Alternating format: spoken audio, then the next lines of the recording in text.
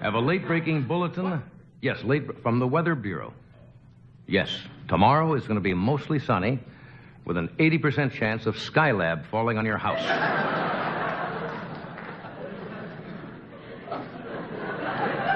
I mentioned last night that the odds, and it concerned a lot of people, 154 to 1, that you might be struck by part of the Skylab. Now, that's not very good odds, is it? We were pointing out that could be 2 or 3 people just in this audience alone. Everybody looking, not me, it won't happen to me. Today is also, as you know, is the first day of summer. It is also the longest day of the year. Now you know how President Carter feels every day.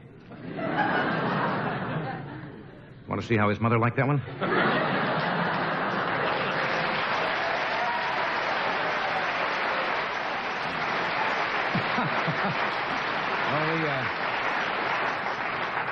You know it's summer?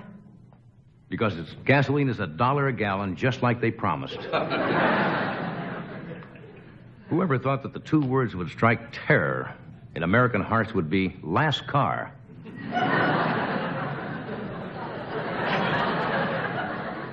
You know, a lot of people canceled vacations this summer because of the gasoline shortage. They were going to go out. I know a fellow out in Encino, in the valley here, who put his kids in the Winnebago and just ran alongside the windows holding up pictures of Grand Canyon. And the kids, it's a sad affair.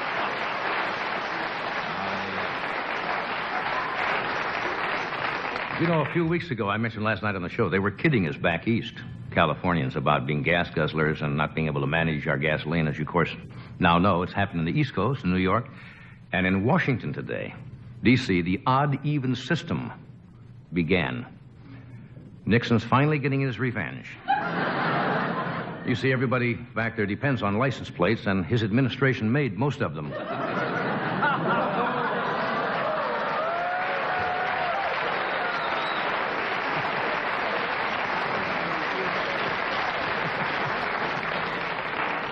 I like June 21st. 21st of June. You know it's summer. I saw a robin today schlepping his worm to the beach. You know, Carl Malden switched to a straw hat and a seersucker nose today? You see, many guys, most comedians, a lot of them were raised in New York City, the Lower East Side. And in the summer, the way you cooled off New York City, you opened up a fire hydrant. And that's the way you got cool. But see, I was raised in Nebraska. We didn't have that. On a hot day, what we'd do, we just opened a valve on a Guernsey.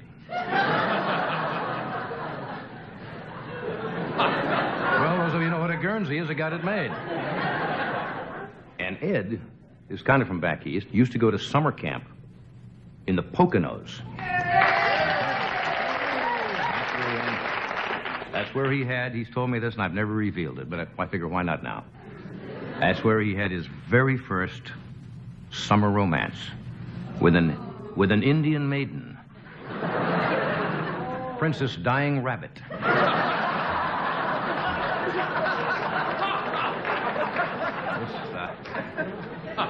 It was just a beautiful day today. I took a stroll down Rodeo Drive in Beverly Hills. Have you been there? That is a ritzy street. I saw 2 Beverly Hills kids. They had a little lemonade stand. $3 cover and a $5 minimum. That's no way to grow up. Well, I mentioned earlier there's some good news and bad news. The bad news is that they say now that Skylab, there's a possibility it may fall on New York City. The good news is it'll be stripped before it hits the ground.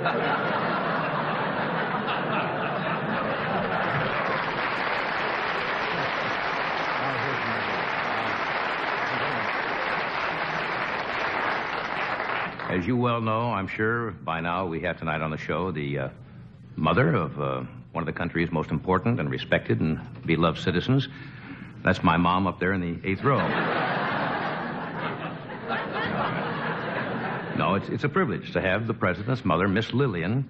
Miss Lillian Carter is on the show, and I asked her backstage tonight if she's ever bothered about the jokes I occasionally make about her sons, and she said no. She believed that was the American way. She has no hard feelings, And she even agreed to go down tomorrow and see me on my troop transport to Korea. There was one silly item in the news today. This I don't understand at all, and it was on television news. There's a fellow in Japan who invented a square watermelon. Now, it's true. Why, I don't know. I've heard of chicken in a basket, but watermelon in a valise? Well, that's about all I have on that, really. They cost $20 a piece, though. That seems high, but they also open to a radio. Okay, I won't keep you any longer. We have an exciting show on tonight. Later, Lieutenant Governor Mike Curb will be out here and ask Miss Lillian to adopt him so he can get to Washington without being governor.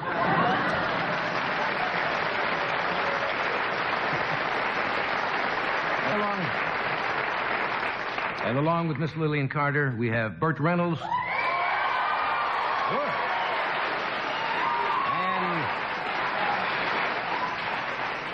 And Miss Carol Wayne, who along with the mighty Carson Art Players will bring you another tea time movie tonight.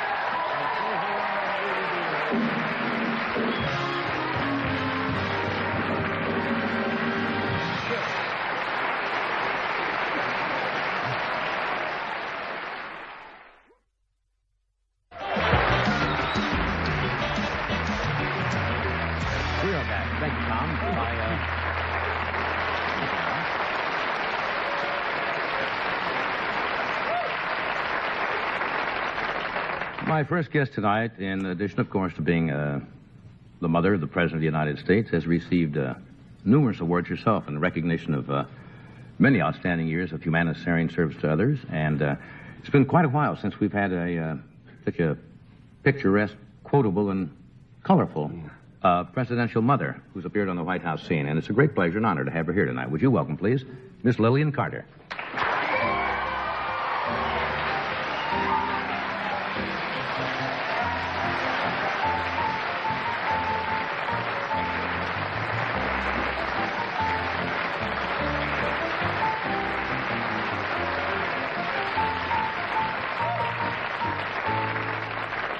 It is such a pleasure to have you here tonight. Yes, and I've been listening to you from the outside, too. Were you listening to the... Yes, I heard what you said. Uh-huh. No, it doesn't bother me. In fact, that's the reason I came today, so you cut out Carter jokes for one day. Yeah, well, you don't get to see the show too often, you told me, because it's a little bit late. Yeah, I have to listen to the ball game every night. Yeah. Yeah. So I just don't turn it off for you. But if I do get to the ball game and try to look at you, somebody else is on. Yeah. How many nights? Well. I like you. Did you think that the president might be able to get a guest president on Monday nights or something like that? He might. Because he has a tough job. Well, I know he does, but he overcomes it. Yeah. And you will, too. Thank you.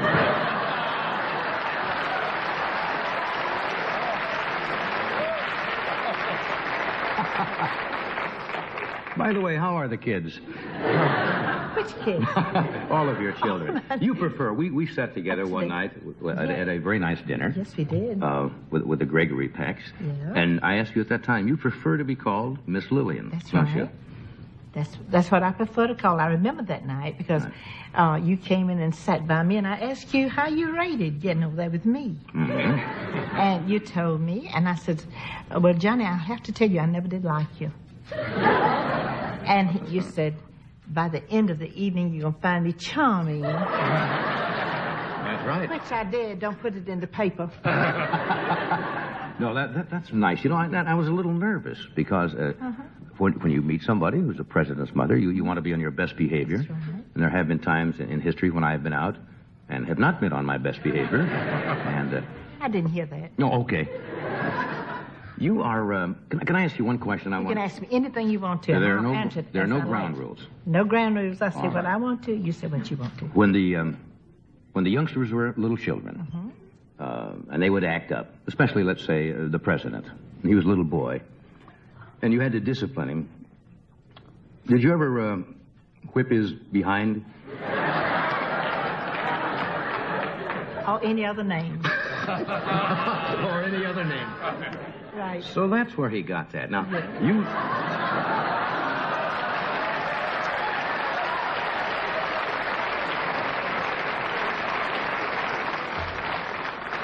Now, you saw that quote in the papers. Yes, I saw it. What was your first reaction when you read Well, that? I thought, that's my Jimmy.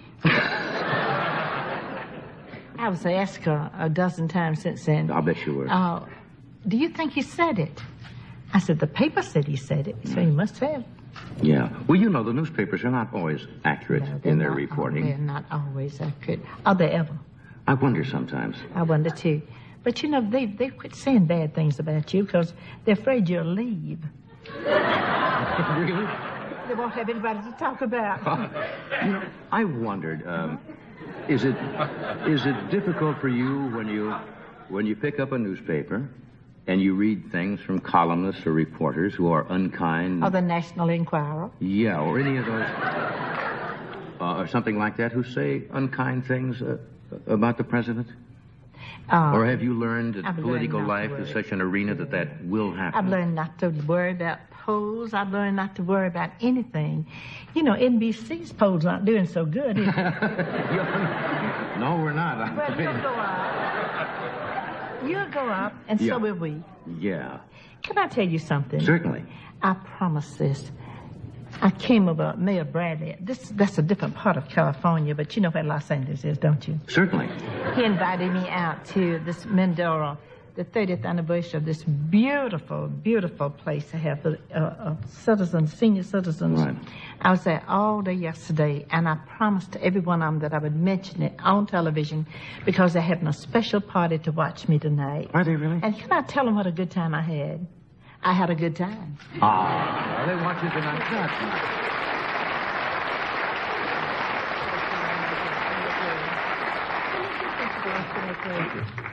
You know, it's tough to think of questions to ask you. You probably have not been asked.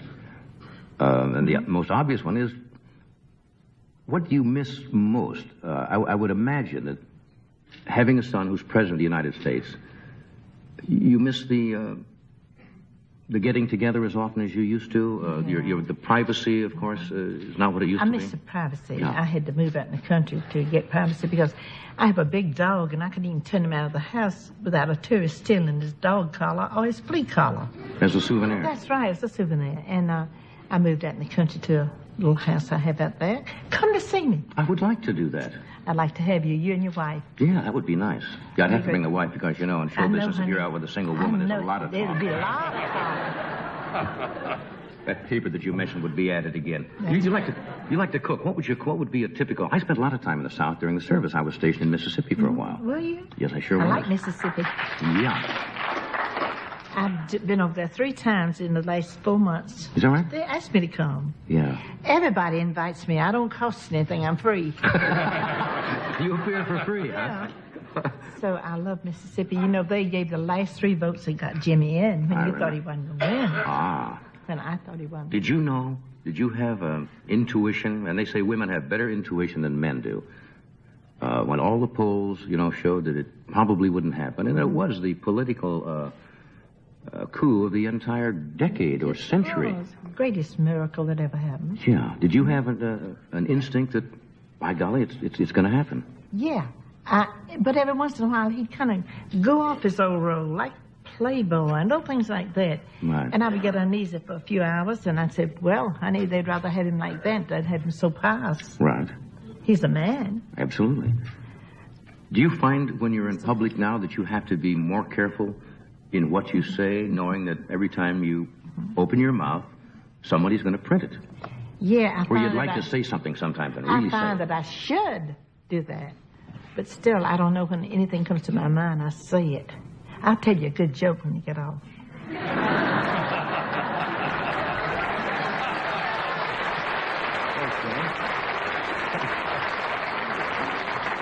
What worries me more about California than anything, I'm a Dodger fan. Yes. And the plane rushed to get here in time for me to see the game night before last. And, oh, boy, was I disappointed. I know. Are you a Dodger fan? Yes, and it hasn't. Things have been a little tough. It's been tough. Do you think you could get the president to declare federal aid to the team? I'm going to see. As a disaster area? Huh? We have to interrupt to do this commercial, but we're going to come right back, and we got a lot of things to talk about. So stay with us.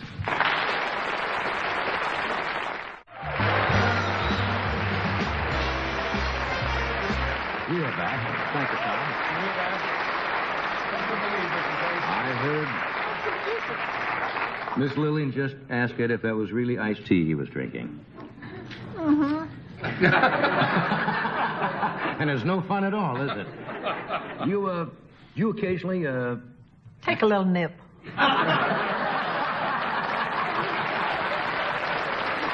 Good for the blood. Good for the blood, isn't it? Did you know I was going to ask that? I knew you would, because everybody does. Yeah. Mm-hmm. You're no different. Fine, thank you. Yeah, well, do you want to talk about that at all? Yeah. Since somebody brought that up. Sure. It's well. No, it's well. Billy's my favorite child. Did you know that? Billy's doing fine. He went out to came to California on his own, and he came back and not even smoking cigarettes. That's what I heard. He's doing fine. Look, a lot of people. I always like to talk about it because so many people have been interested in him, and he did drink a little too much, and he's just like a different one. He's lost a lot of weight, but he chews tobacco now. But it's not the kind that dribbles. Yeah, that dribbly kind is murder. I think he swallows it. Look, it takes, when you're in the public eye, it takes a certain amount of personal courage to go out, and Senator Talmadge has done it, and several other people, and Mrs. Ford, when she had her problem, talked about it, because it's a problem that a lot of people have, and it's certainly nothing to be ashamed of. I think it's wonderful of him to go, and he went of his own accord. And I really appreciate people asking me about him, because we're so proud of him. Good for you. So when you said you took a little nip... Well, that's late in the afternoon. I tell you, the other day when I left Atlanta... Can I talk? Sure. You talk so much. You can say anything. That's right. And Jimmy just like this. Did you ever say that to your son, the president, now, when he's talking? Say, Jimmy, you talk too much. I say, shut up. You do, huh? The other day when we left Atlanta, the difference in time confuses me. Right. And I never take my nip until just before I have supper. We call it supper at my house. We did in the Midwest also? Well, of course, supper. And that's what it really is. That's right. And I take that little bourbon every evening just before supper. A couple of fingers? Yeah, well, I won't know. I don't know. Just a little one. Sure. And we got on the plane, and it was 5 o'clock planes time, and it was about 2 California time. And I made the big mistake of putting my watch back to California time. And here, the minute we left, here she's serving cocktails, and I said, with alcohol? Yeah. I said, I can't take a drink until 5 or 6 o'clock. You know what I did? I set my watch back.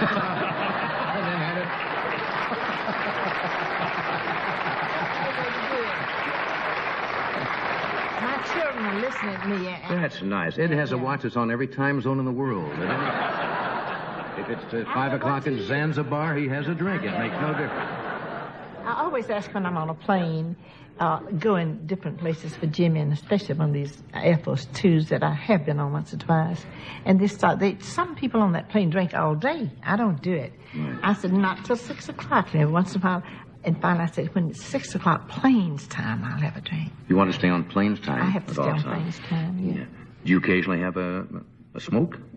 Oh, yeah, I smoke when I want to. Yeah. If I get nervous, I smoke 5 or 6 at one time, then I don't smoke another one maybe for 2 months.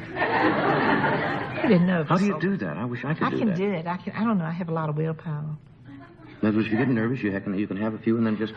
Yeah, but now today I've smoked one. Yeah.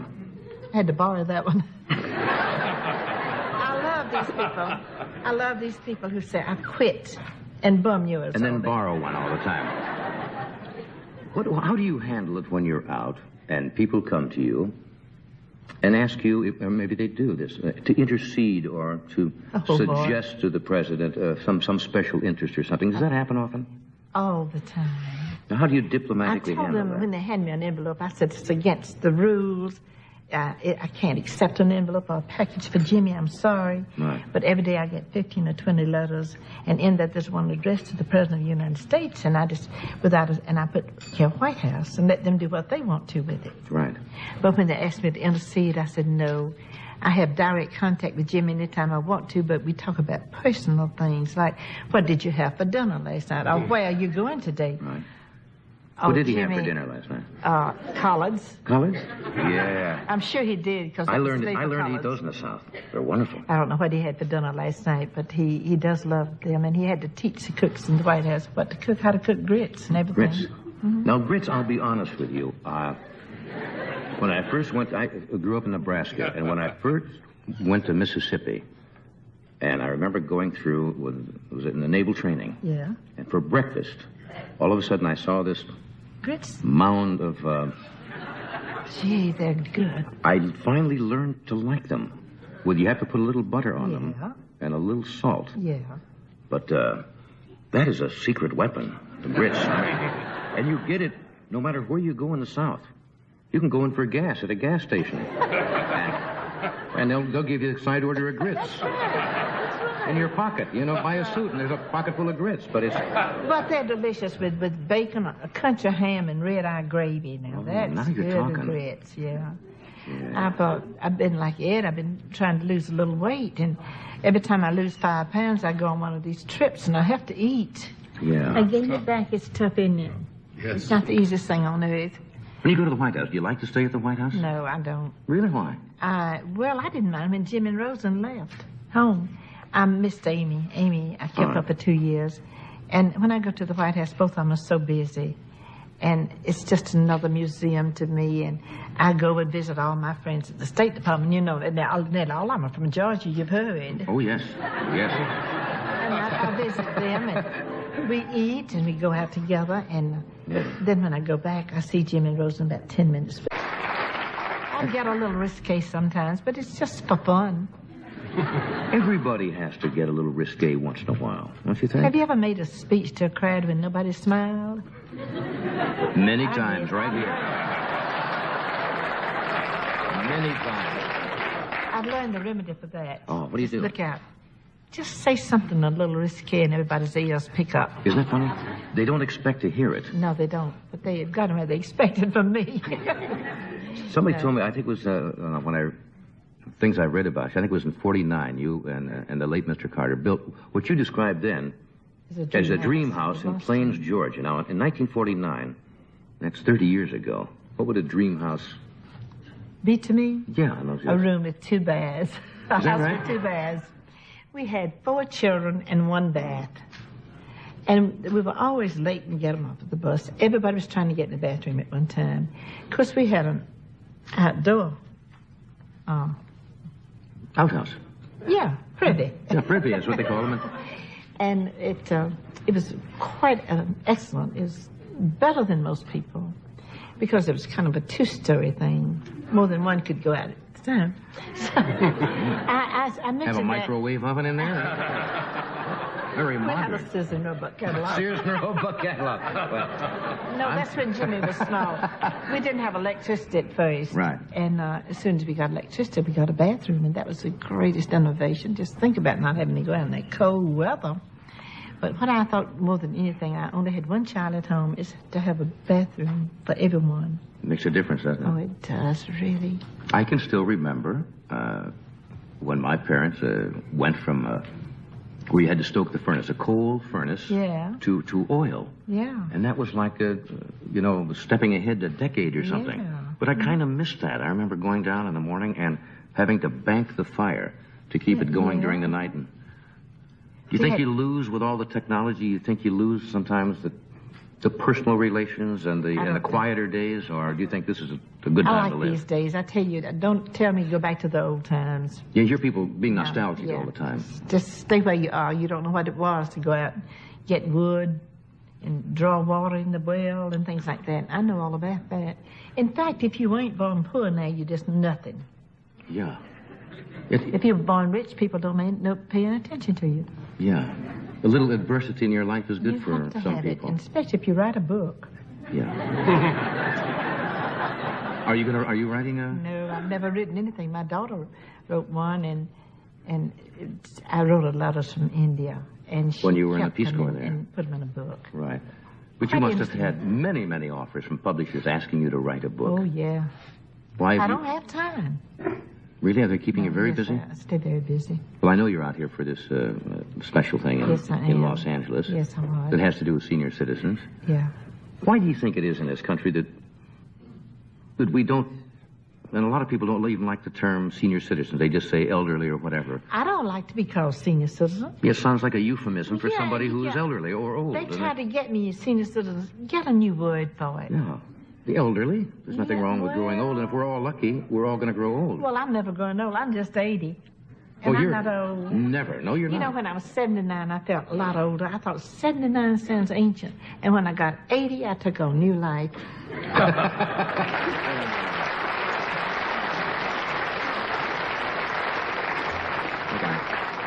I really want to thank you for coming tonight. Oh, I loved It's it. just been a great pleasure. Oh, I've had the best time. I didn't know you were so nice. You've been reading all those newspapers again.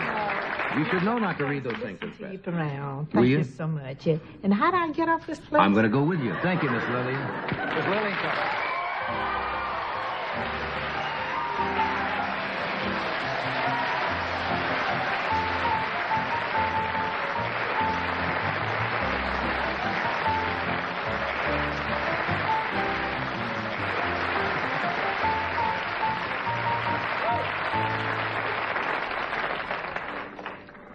There are votes there.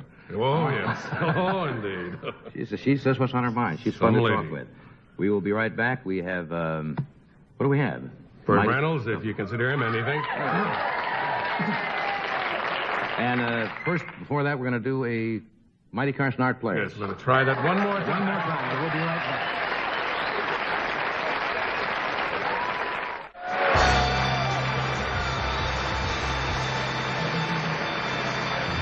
Tommy, it's time once again. All right. Tommy, let's come in and get into the office. We'll never hold back on that. It is time for a visit once again with one of the mainstays of daytime television, the late afternoon movie host who brings you old pictures and sells anything and everything in sight. Welcome, please, that exciting guy, your host for today's Tea Time movie, your friend and his lovable Art Fern.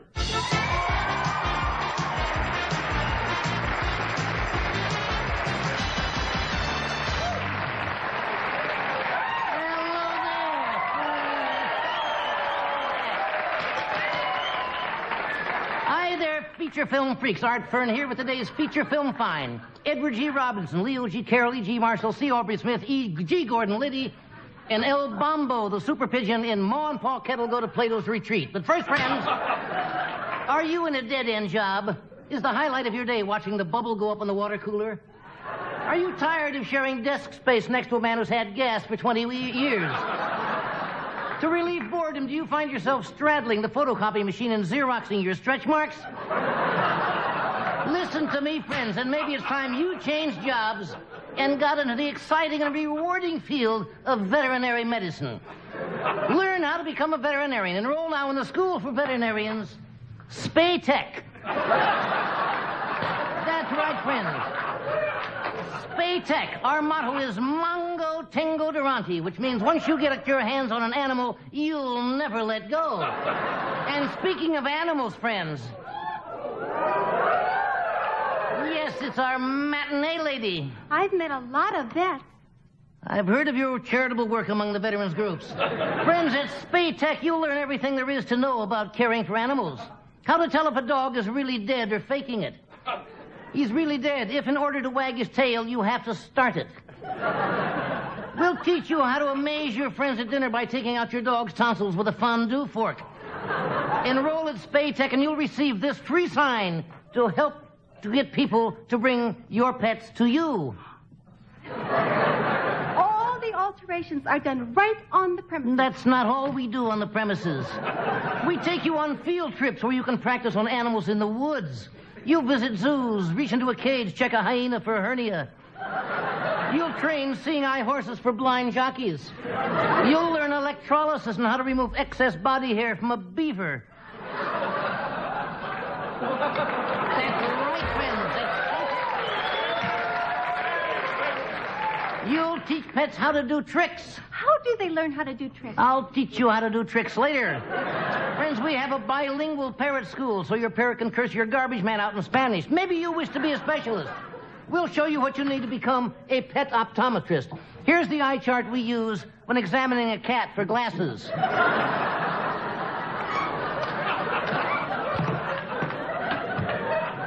We show you the latest in pet surgery techniques like cosmetic surgery. We teach you how to turn your bulldog's face into a German shepherd's.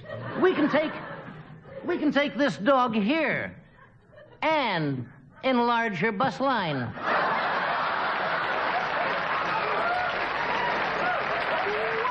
I love that. Can I have that done? Beg your pardon? I love that. Can I have that done? If you wish to never stand erect again, you can have that done. Yes, friends, we also teach you how to mate your cow with a bull. Here's what you do.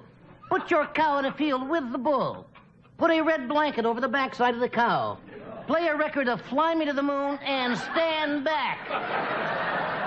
You'll see your cow jump over the moon. Friends, we have, for the dog who likes his privacy, a pay fire hydrant.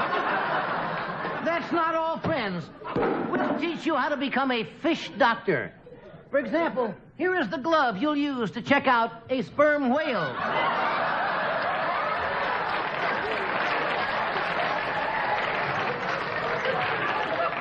You'll ask a female octopus to climb into the stirrups.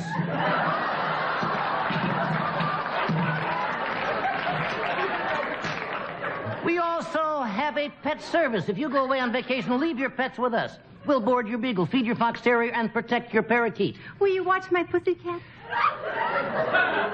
At Spaytech, friends, you'll find us in the yellow pages. We used to be in the white pages, but one of our patients had an accident. Or you can actually come to our school in person. How do you get there, you ask? How do we get there? Yes, you take the San Diego Freeway to the Ventura Freeway to the Slauson Cutoff. Get out of the car, cut off your Slauson. Get back in the car and drive 6 miles till you see a pack of wild dogs sniffing Doris Day. Now, friends, back to our movie. Edmund O'Brien, Hugh O'Brien, Margaret O'Brien, Brian Keith, and Macho, the giant oyster, in Andy Hardy Goes to a Gay Roller Disco. Oh, we're back already. We'll be right back to our feature. Errol Flynn, Leon Arrow, Leon Spinks, Arnold Schwarzenegger, and Hung, the super ape. In Tarzan checks a pygmy woman for lumps. But first, friends, let me ask you this. How's your backyard? Is your backyard a mess? Is it filled with nothing but crabgrass? Is it filled with nothing but crabs? Is there so much junk in your yard that buzzards have to take a number before there's room to land? Is the prettiest thing lying on your lawn a dead gypsy? Then maybe it's time you called in the landscape experts who'll spruce up your yard. Get it back in shape for those lazy, hazy, crazy days of outdoor summer living. The professionals in garden improvement management who'll turn that barren rock pile into a manicured paradise. Yes, friends, I'm talking about a company called Up Your Grass. Now, friends, that's fine. At Up Your Grass, we know a lot about gardening. One of our workers is a personal friend of an actual Japanese person. You want an herb garden? We'll send over a man named Herb to squat on your bush. Look at some of the plants. Let me show you some of the plants you'll grow in your garden. Here's the wonderful Venus flytrap. A plant plant. That is a Venus flytrap, A friend. plant plant. I'd like to plant my plants in your gazebo. Now, friends, with those warm days coming up, what could be more refreshing than a dip in your own private swimming pool? Most pools are kidney-shaped, but we'll build you a pool shaped in the organ of your choice. Here's a model of a pool that we built for Dolly Parton, right here. There you are, friends. Take a dip in there. Maybe you wish to install the latest thing to come along in outdoor recreation, the hot tub. You can really get hot in a hot tub. We sat in one last night. It was so much fun with all those bubbles, right? We're going to try it again tonight, and this time, add water. Friends, if you don't have room for a hot tub, we'll give you this portable hot tub, which you can strap to whatever portion of your body you wish to get hot. One suggestion, don't wear this if you're dating a woodpecker. If you wish to go skinny dipping, friends, if you wish to go skinny dipping but you don't want to build a fence, we send over this man who shields you, friends, with this coat.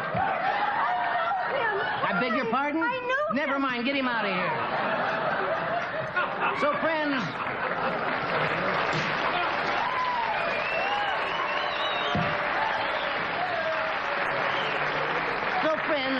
Set up your grass, don't worry about credit. Got no job? We don't care. Got a bad credit rating? We don't care. Got no money? We don't care. Say you're not going to pay us? That's when we care. And after we finish fixing up your property, you'll be the talk of the neighborhood. They'll say, let's evict them. To get to Up Your Grass Backyard Center, take the San Diego Freeway, to the Garden Grove Freeway, to the Long Beach Freeway. Use the Queen Mary facilities. Get back in your car and drive 6 miles until you get to... The fork in the road. That's right. Keep moving, fellows. Then go 8 more miles till you see the giant neon illegal alien watering the peat moss. That's us. Now back to our flick. Lee J. Cobb, Lee Majors, Lee Marvin, Bruce Lee, and Inserto, the giant eel. In Tugboat Annie gets her barnacles scraped. So long for now. That's it, friends.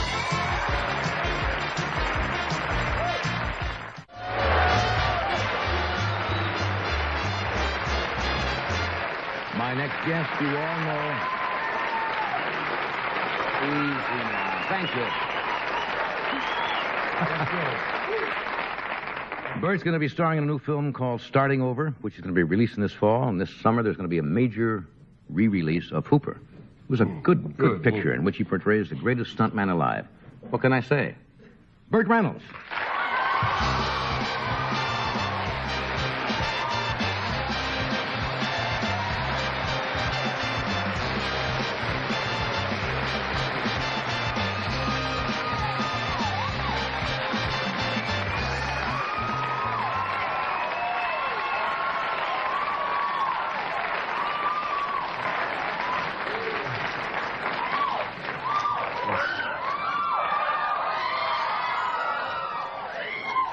Sure, I could have got that if I'd worn my black suit. You know, the first thing that the president's mother said to me after getting all the little social amenities out of the way, I walked in the room and said, Miss Lillian, it's a pleasure to have you here. She said, where's Burt Reynolds? First thing she said she wanted to meet. She's a bright lady. She really... Wonderful lady. I was watching her on the monitor back there, and she said some brilliant things. The part about me, I thought was special. You did get a chance to go in and meet her, did you? Yeah, she's wonderful. She's really wonderful. Yeah, she says what's on her mind, and... Sure does. It's, she has a great sense of humor. Yes, she does. I think she says a few little things just to shock people sometimes. Yeah. Like when she says, we're going to have a little bourbon tonight. She leaned over and says, I just said that. She's not going to have a little bourbon. No, I think she's going to have a little belt. Yeah. How you been? I haven't seen you for a long time. Good. I got my grown-up clothes on. I was going to say, this is... Thank you. Thank you. Be in the parking lot later, and we'll... This is for you. No, this is... I did this for the first mother. I wore them for her, and I didn't realize she was going to leave, and I had to do another gig somewhere or something. But, thought I was going to get a chance to talk to her. Probably in a gas line somewhere or something. Well, this is very nice, really, because... Thank you. Normally you come on, you look like a Mexican road agent. Yeah. Like you're holding up the stage from Barstow or something, but this is nice. Well, I like to change now and then. You know, I think the leather look is going out. You know, it's nice to have a nice, adult look. Yeah. Is the leather out on its way out? Well, it's not... I never got into leather. I mean, I know... Well, that's not what I heard. We all have our little... You have a little, you have your leather night, but it's after you leave here. I remember. You remember that night? Yes, I do. Now, David Steinberg was here a couple of weeks ago. Remember that night? And he was talking about being at your house along with Ed McMahon for a big party. Yeah, and we had a really good party. And I said at that time my invitation was probably lost in the mail. No.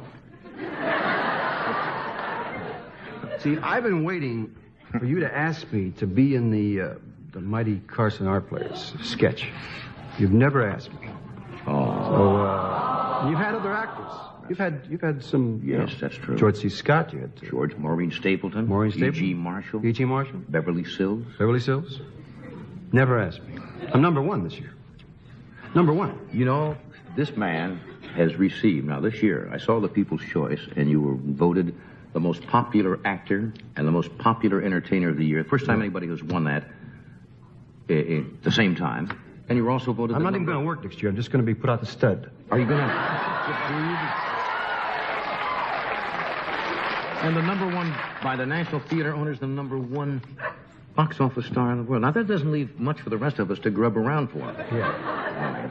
We'll get things like the nicest haircut or clean fingernails or something, but you've taken everything out. I noticed that. What'd you do? I was just kind of puttering around the house, as they say, you know, and closed the window on it. Did you do one of those dumb things? I looked at the window and said, I'm number one. And the window didn't care. It was right down. That doesn't help, does it? Doesn't help, no. Well, what do you got to look forward to now? A tank of gas. I'll be honest. The Oscar? The Oscar would be good. That'd be nice. But I don't think I'll ever win an Oscar. Why not? Well, it's very seldom that the industry likes what the people like. You see. You mean if you did Hamlet or... well, I'd like to do something really, really historic, like Smokey Meets Hamlet. And double nickels him to death. Yeah.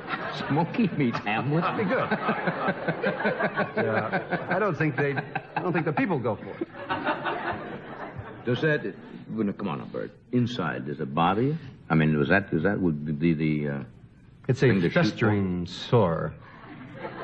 But there are a lot of people in Hollywood who've never won an Oscar. It's true. Yeah. You know, good actors, fine actors. You have to get very ill or very old, or be very good and live in an attic in New York. You think that's the trick? Yeah.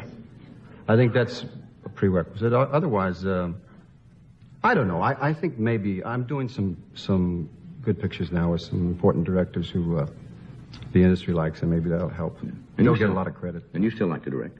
I want to direct more than anything else. That's really what I want. Better than acting? Oh, yeah. Really? Yeah, why? I love well, it's the difference between being a chess player and a chess pawn, you know. And besides that, you don't have to hold your stomach in. You just let everything go. Huh? Yeah. I have to do a commercial here. Sure, I understand. I know, of course. Yeah. Well, we have to pay you, you know. We have to do this to get all these big funds that we give you. Mm-hmm. Well, we'll be right back after this. We're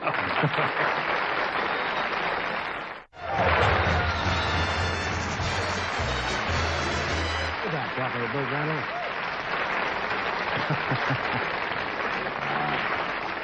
It was mentioned when Miss Lillian was there. Have you ever met the president, or? Yes, I did. Yeah. He was so nice to me. I was... How nice? I got nothing for that. I'll tell you how nice. I was doing a picture called The Longest Yard, and we needed a prison. And so they had one in Georgia. Boy, they got one in Georgia. And That's right, we went film that down. We went there to find out if we could use the state prison. And while I was talking to him, he was very gracious. And I said, what happens if somebody grabs me, you know? Not because they like me, but I mean... because they want to hold me for a while, you know. And it's a possibility. It's a possibility, you know. Sure. And he said, "I'll come and take your place." And I thought right then, at that very moment, I said, "This guy is either really nice and not too bright, or he's lying, you know. Either way, he's got a great chance to be president."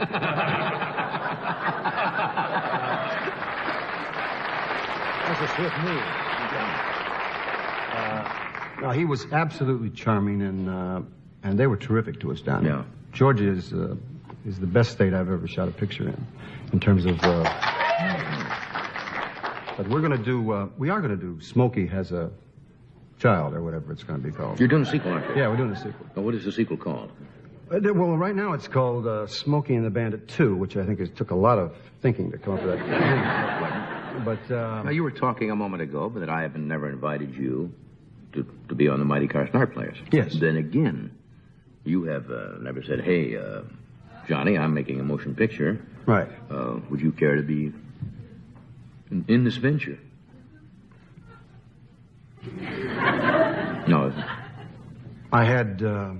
See, who did I have? I had Mike Douglas did a part in a picture with me. He was terrific. But he doesn't wear any checks. You know what I mean? And the checks just bounce off the screen. You find yourself looking at the checks all the time. You don't look at the face, you know. And Don't you think I could handle a role in one of your pictures? there's no question you could handle a role.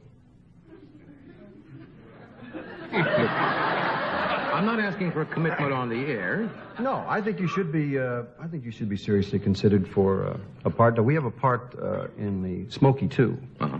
We're taking a pregnant elephant from the Key West to the Cotton Bowl before it gives birth, and locked in with the pregnant elephant, we kidnap a gynecologist just to look after the elephant. Mm-hmm. Check it out, you know. And I think it'd be This is sensational. what you have in mind for me. Well, it'd be a great part for you because we could shoot it all right in one little room, you know, With the pregnant elephant. elephant. And occasionally, you know, you could use that glove you had.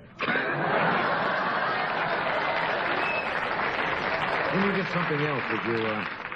You want something a little more romantic? Yeah, that's not for me. If you had your choice of any woman in the world, who would you like to work with? As an actress? Yeah. Well. Well, I didn't exactly know. Excuse me, I'm. As an actress. Of course. Yeah. Well, there are a lot of fine actresses. I think Jane Fonda is an excellent. I think Sally Fields is one hell of an actress. Shirley MacLaine is a good actress in certain things. Yeah. I can get you one of those. Glenda Jackson is a good actress.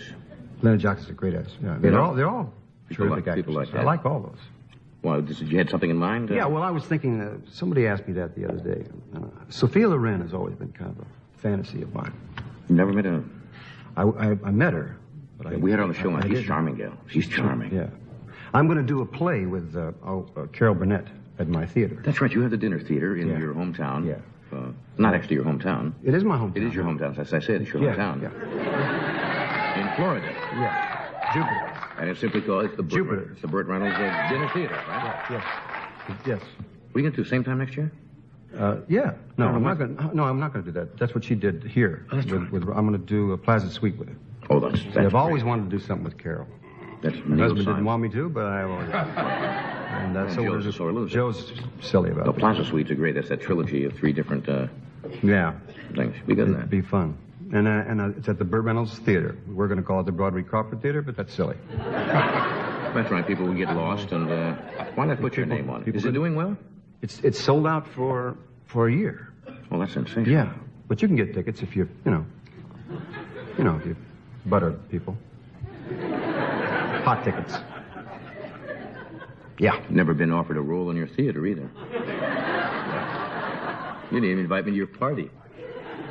I'd like you to come down. I'd like you to do a picture with me. I'd like you to do a, I hate to put you on the play. spot like this, but All those things I'd like you to do. But it's not in the cards. It's not in the cards. You're hot. because you know what I mean? I'm number one. That's right. That's right. I saw that. It was so silly. The other night, I was driving around. I was trying to get some gas. And I pulled into a station. And, it's not a flashy car. You know what I mean? It does say number 1 on the license plate. But it's not a flashy car. It's silver.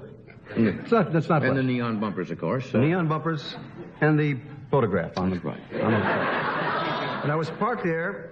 This is absolutely the truth. I was parked there, and it was late at night, and it was a lot of people. And I thought, I hope this doesn't get out of hand, And but I like people, so it's not going to be a problem. You know what I mean? So sure enough, somebody came over and said, "Hi, how you doing?" I said, "Getting gas, waiting in line." And it was one of those do-it-yourself jobs. So I used to do that. I used to pump gas when I was in Florida, but at a place called Billups. And they used to give plates to people that got, so many. I'd give a plate to them if they filled up. This wasn't like that. And I got the thing, and I went over and I stuck it in the back of the car, and then I couldn't find the little thing, that you used to turn when I was a kid. It starts the gas. Yeah, and everybody was staring at me, and I really looked silly, and I had the gas pump, and people were just kind of staring at me. So I went over, and then I finally found a thing and flipped it down, and the gas went in, and I stood there for a long time, And then it kind of filled up, and I went back, and then I walked up to a window, and everybody followed me. Up to the window. There's a lot of people around. How you doing? Nice to see you, and signing things. I said to the guy I got $10 worth. He said, you're only allowed 5. I said, but I got 10. He said, you're only allowed 5. I said, what do you want me to suck it out of there? And so I paid the guy 5. That's good. You know one No. That's funny. It is hard. Do you do that? Do you go in those places? Sure. Yeah. I've done that, but now they have a little chrome thing on the side that turns it. It's not a handle. Yeah, that's it's right. a little valve. You turn Slam it, it that down. starts the whole business. Yeah. This is something new. I've not seen this middle button open on the vest. It's kind of a touch. It's a touch I do myself. I thought it was just I do that because... you see, you can set styles like that. Most of us leave a button. This and this. It's kind of cute. Yeah, you like it? Watch every guy in the country tomorrow will have that middle button open on the vest. It's kind of a nice touch. Yeah. We'll be right back. Okay.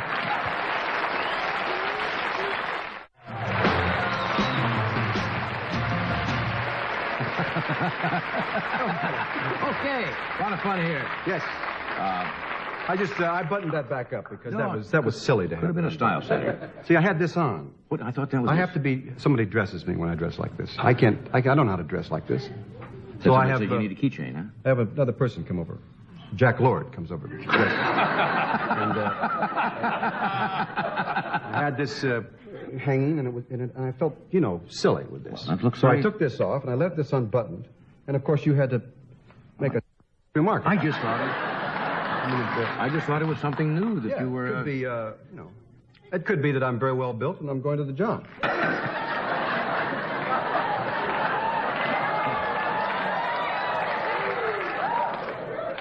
Okay, moving along. My next guest you saw earlier. She's our very own matinee lady, and she's in a movie called Scavenger Hunt, which is now filming. Not right this moment, because she's here. And well, obviously she, Right. Well, I mean, currently it is in production, as they say. All those movie terms I'm not familiar with. And she's doing a lot of new commercials and stuff, and we're going to ask her to come out here. Is that okay? Carol Wayne.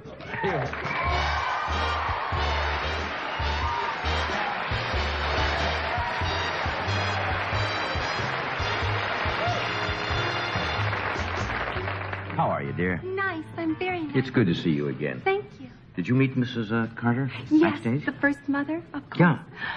What'd you say to her? Did you get nervous when you meet somebody like that? No, I adored her. I think she's really on the ball, I think she's a real cutie pie. Yeah. Well, sometimes people, get a little tongue-tied and don't exactly know what to say. Oh, I'm not that way. No. Okay. Have you met before? Carol and I? Yeah. No, I don't think so. Yeah, I think so.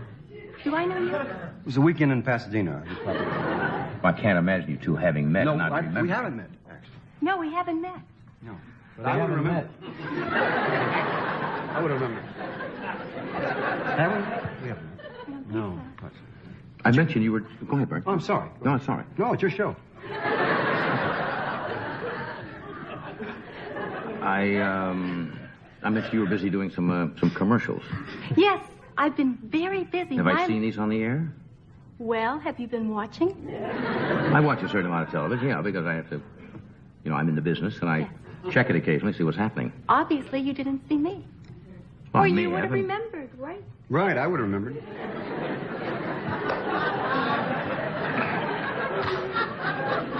Can I ask what commercials they were, or you want Yes, to talk about them? I or- did a beer commercial with George Burns and Jack Klugman and me. I buttoned them up.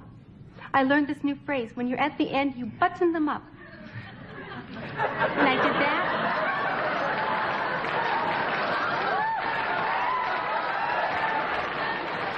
I didn't mean to get so... That's all right. You just help yourself there. Okay. And I did a blue bonnet commercial. Margarine. That's a margarine. Yes. I did it with Reggie Jackson and Hermione Gingold and... Just a typical family. Reggie Jackson, Hermione Gingold, and you. Now, there's a Quinella. Joe Frazier. And Joe Frazier. And me and Abe Pagoda. Oh, And we all had to wear the blue bonnet. your average family, yeah. You were all covered in margarine? No, I had to spread it on whole wheat carrot protein toast, and they gave me a cup of coffee, and I said, could I have a glass of milk if I'm supposed to be spreading this on such healthy stuff? They said, no, Joe Frazier had the glass of milk. I said, are they going to mix me up with Joe Frazier? Couldn't I have milk too? But Wouldn't think so, well. I had coffee. It was a rather low-budget commercial, obviously, and there's one glass of milk for the cast. What's the movie? Was I right? Scavenger Hunt? Is that the name of it? And you're currently doing that? No, I did it. It's with a lot of people. Isn't that still like doing it? Yeah. Yeah, I did it. You buttoned it up. I buttoned it up. You buttoned it up. Yeah. Called it Wrapped it up. Wrapped it up. It's with a lot of people like Richard Benjamin and Robert Morley and Cloris Leachman and Ruth Gordon and James Coco. And I'm a nurse. And I have a patient, Vincent Price. And we're playing a game in bed and he dies.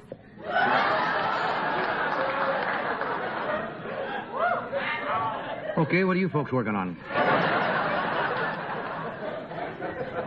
And he dies. We were playing leapfrog. Yeah.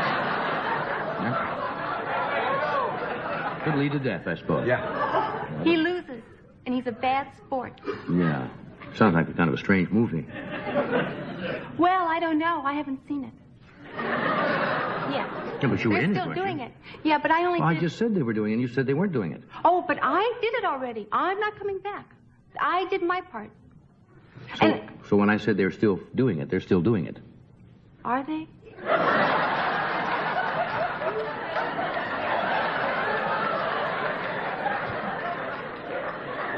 You know who else was in the movie? Tony Randall. And he said to me, Carol, I'd like to see you in my dressing room. I thought, oh, no, not Tony Randall. You know how he says it so with authority? Yes. And I wasn't born every minute. So I said, let's keep the door open. And he said, okay. He came in, he said, how serious are you about your acting? I said, oh, I'm not serious at all. I have all my parts. I never go out looking for parts. They just come and get me. Really, I'm not serious. I went for one acting lesson with my manager, Ray Slivers. You remember him? And I went to this famous acting coach, and he had me go, seduce me, seduce me, seduce me. And I went, uh-huh. And I said to Mr. Slivers, do you know what you paid $50 for? And that's the last acting lesson I had. And I said, that's it. He said, good, because with your voice, you will always play the parts of idiots. I said, uh-huh. He said, everybody has two voices, and you've chosen not to develop your other voice. You are a body of a woman with a voice of a child. He said, and only your analyst would know why that's true. And I said, oh, I don't have one of those either. He said, aha, that's the other voice. I just heard it. And so he gave me the name of this lady who's an voice teacher, and he said, she probably won't teach you because she has very serious students. So when I think about it, everything he said to me was real rotten, but I was very impressed because he took a special... He was showing an interest in you. Yes, he was, and I loved it. So I went and I called the lady, and she said, oh, okay, you come to the San Bernardino. Anyway, I don't have another voice. She said, have you tried? Yes, she teaches you how to find the holes in your head, like right here, to keep your mouth open. Right. Important, very important. And then you stand against the wall and you put your hands here so you can hear where your air goes.